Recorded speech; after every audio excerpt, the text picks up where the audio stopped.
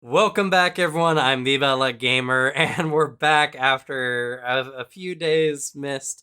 I was not feeling too well over the weekend, so I ended up missing out on some videos. But that's okay because later this week we're actually getting the two new classes to Pathfinder Second Edition revealed to us, and I'm super hyped for that. And I'll be doing videos on the playtest as it comes out as well. So be on the lookout for that. But for this video, I want to do something a little bit different. Normally, I talk about elements of Pathfinder 2nd Edition or other tabletop games, whether it's individual classes, archetypes, special rules, whatever.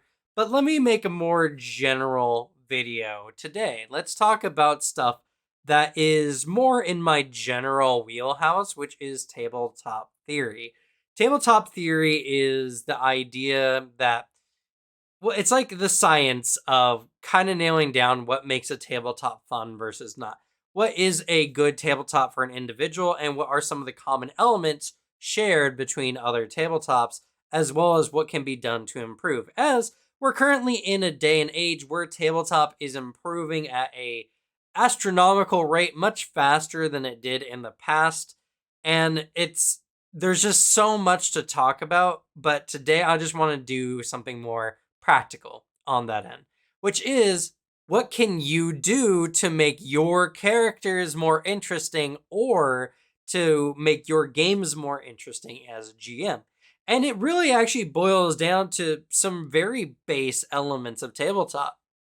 First and foremost, you have to remember that tabletop is a cooperative narrative experience. It is a experience that is only done well when everyone is one on the same page, but two opting into making the narrative better rather than playing selfishly. If you tell a story that's only centered around your character, if you only focus on scenes around your character, and if you do things that are very selfish, you're not only going to make it worse for everyone else at the table, but you're also going to make it worse for your character. The best characters in any media are characters that are able to draw in other characters, get people involved, and make people care about your narrative. The whole point of tabletop RPGs is that you're playing with a group of individuals and a GM who is trying to tell a very interesting story with many parts, many of the key roles played by other people. Obviously, no GM can do everything themselves, and even GMs are victim to writing a story without their players in mind. It's very important that everyone at the table, even the GM, is working on behalf of each other. Now, one of the easiest ways to really get this going at your table is invest in other characters. If you ask questions, if you get interested in the other character, and if you do things that involve other characters, it's going to make their story better. And in turn, they're going to want to talk back to you. They're going to invest back in your character, and it will make it better. The story is better when everyone is friends or has some kind of relationship than just everyone being individuals at the table. I'm sure everyone has been at a game where everyone just kind of felt like they were doing their own thing. Everyone was in a group. There may have been some scenes where they interacted with each other, but you didn't really get into the nitty gritty of each other's characters. You never really found out about any of the secrets or stories or even the reasons why they're adventuring. I mean, when was the last time you asked another party member why they're doing, what they're doing now?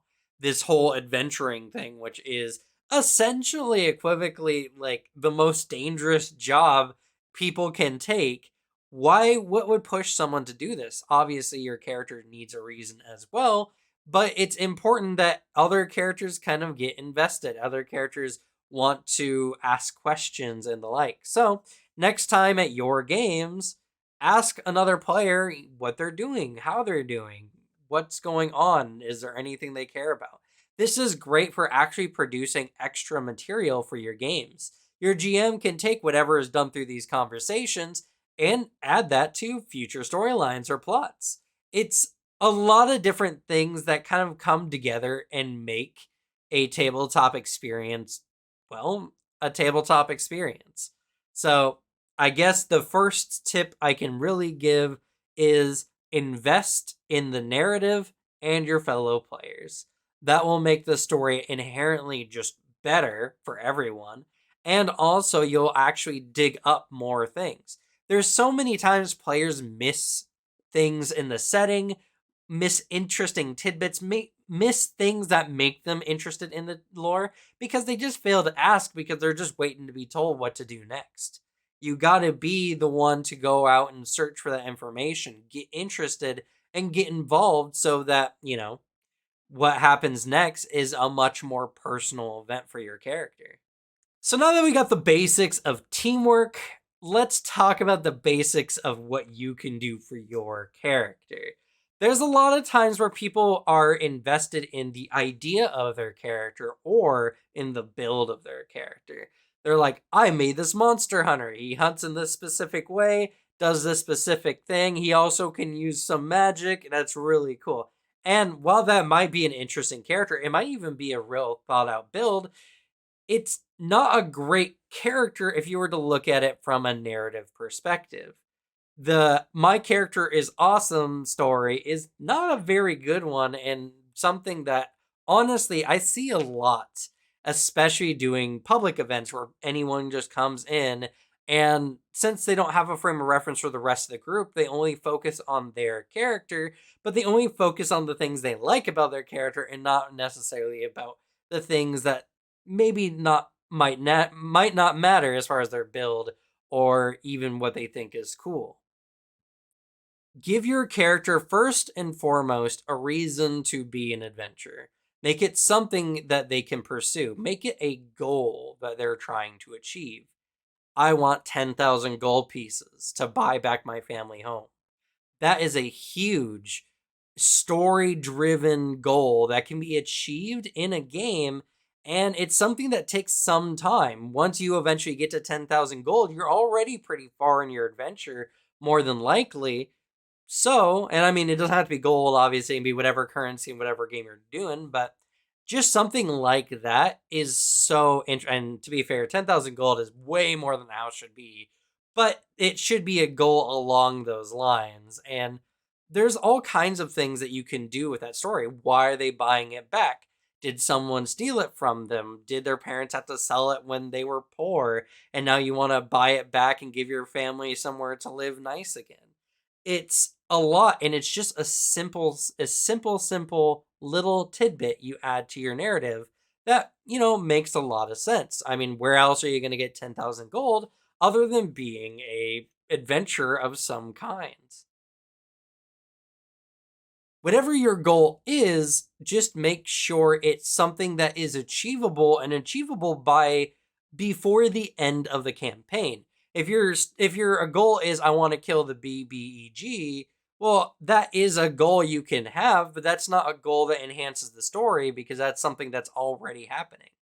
Your goal or even sub goals should lead up to that. I want to kill the general of the BBEG. I need to kill this crime lord who's currently working under the BBEG. And even saying something like that can give the GM an idea on a later plot point where you are doing something differently. There's so many things that you can do. Just make sure that it's a goal that you can achieve somewhere around halfway through the adventure. Or if it's achieved earlier, it's something that can lead to other goals that lead towards the end of the story as well. Another thing besides setting character goals and, justifying your character's reason to be an adventurer is add small personality quirks or personal preferences to your character. You have no idea how much it means when a character has something that they like that's just beyond the narrative. It can be something just as simple as I like beer and I want to try out beer at every tavern we go to or every bar, no matter the setting. That's something that you can get in. You can learn a little bit about the subject yourself and add that to your story. It's interesting if your character is a beer aficionado, and it's not someone who just like, give me beer, I drink beer, that's good. No, give them like, oh, they can identify the hops. I understand the difference between like IPAs, all kinds of different things. There's many different ways you can do this. In one of my games, we had a character who was fascinated by sweets. So every time we went somewhere new, they always looked out for candy shops. And, while it can get a little old if you're always doing the same routine, just having something to identify your character and make them a little bit more unique, even if it's a tired trope like wanting a drink or whatever, is pretty big, honestly, and it makes your character well more fleshed out. The devil's in the details, as it were, and a good story is based on the details of the character. You can look at much of media, and the characters that always stand out are the ones who are quirky or just have traits that, are easy to identify. Now, that comes with temperance. Don't make every scene about your character's quirk. Have it be an occasional thing. Have it be something that they can bring up every once in a while. Do not inundate your party members with your character's quirks. That's selfish gameplay and something you should avoid. But use those in moments that, something nothing else is necessarily happening. You guys all go to a tavern. Your character eagerly orders and they're like, "Do you guys have bacon? I'm really hankering for some bacon." And you can talk to your party members about the different ways you can use bacon. It's something that makes your character just more fascinating, interesting, and something that you players can use to identify your character later. The hardest thing that comes to people when it comes to like talking about their character is they never talk about things that are genuinely intriguing about a character. They only talk about the things they like about their character, which usually originates from the things they did or the story or even their power, which are all great things, but those are all very personal to your character. They're not things necessarily that people can listen to and really get the full enjoyment out of because they just weren't there to really hear it.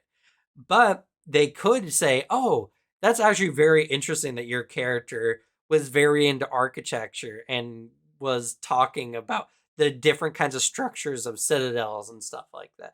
Those are kinds of things that people are like, "You know what? I might do something like that in my character." Something that you guys can talk and be like, "This is a good idea."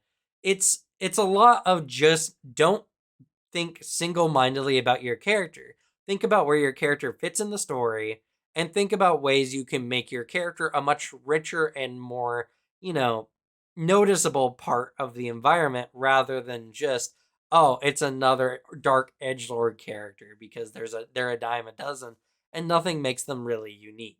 Now, the last tip I'm going to give is kind of just a general idea of the game is made by your GM or is made by a company and you're running like an adventure path. Do your best to play the part. Make it something that your character is interested in. Make your character involved with the story.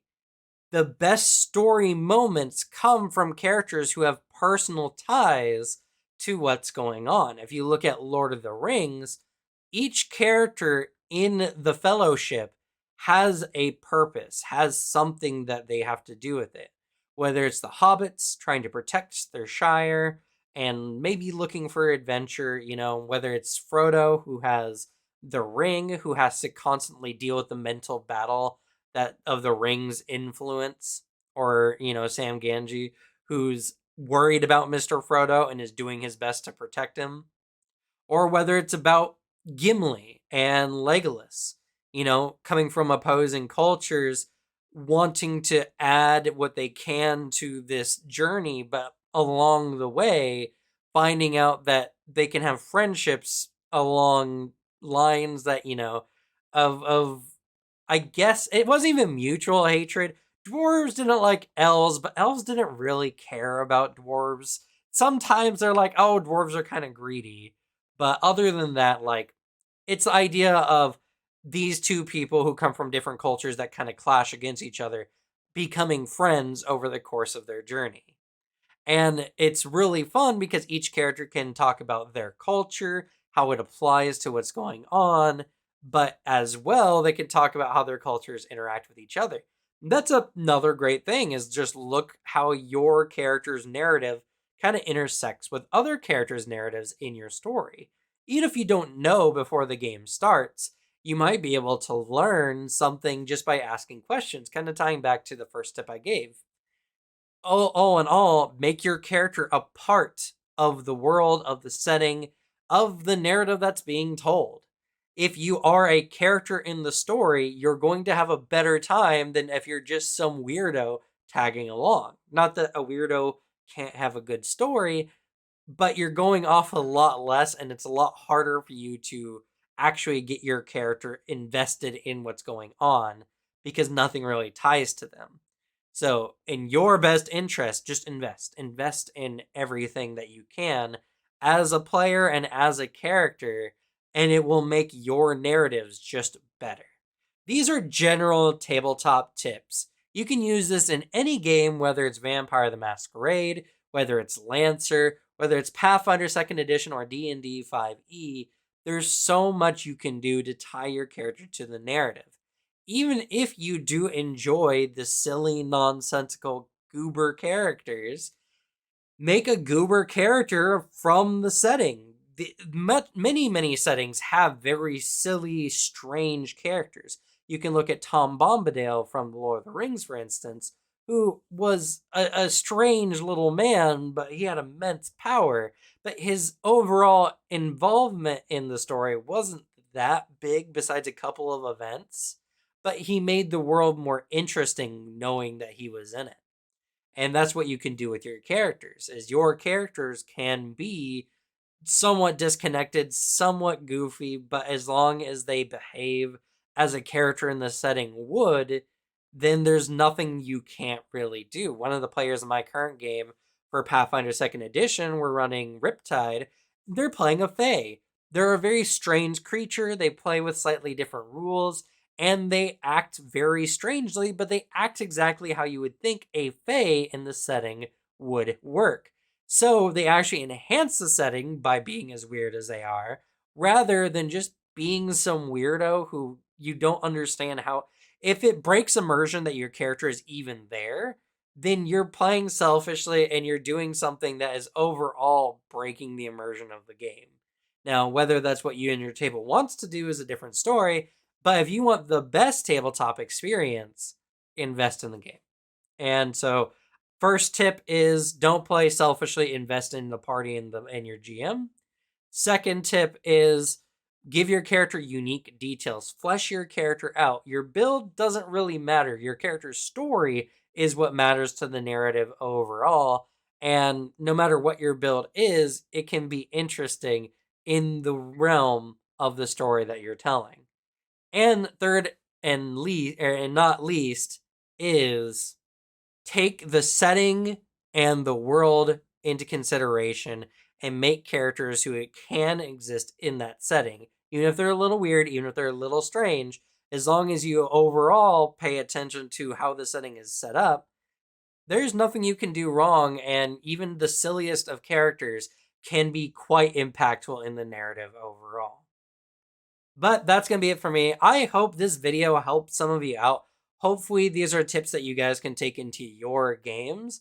And if you have any experience with using any of these tips, put them down in the comments below. I'm genuinely curious to see if this advice is helpful or if other people have already, used this advice and have had good results. Anyway, thank you all so much for watching. Good luck with your games. Leave the bad luck to me, and I'll see y'all next time.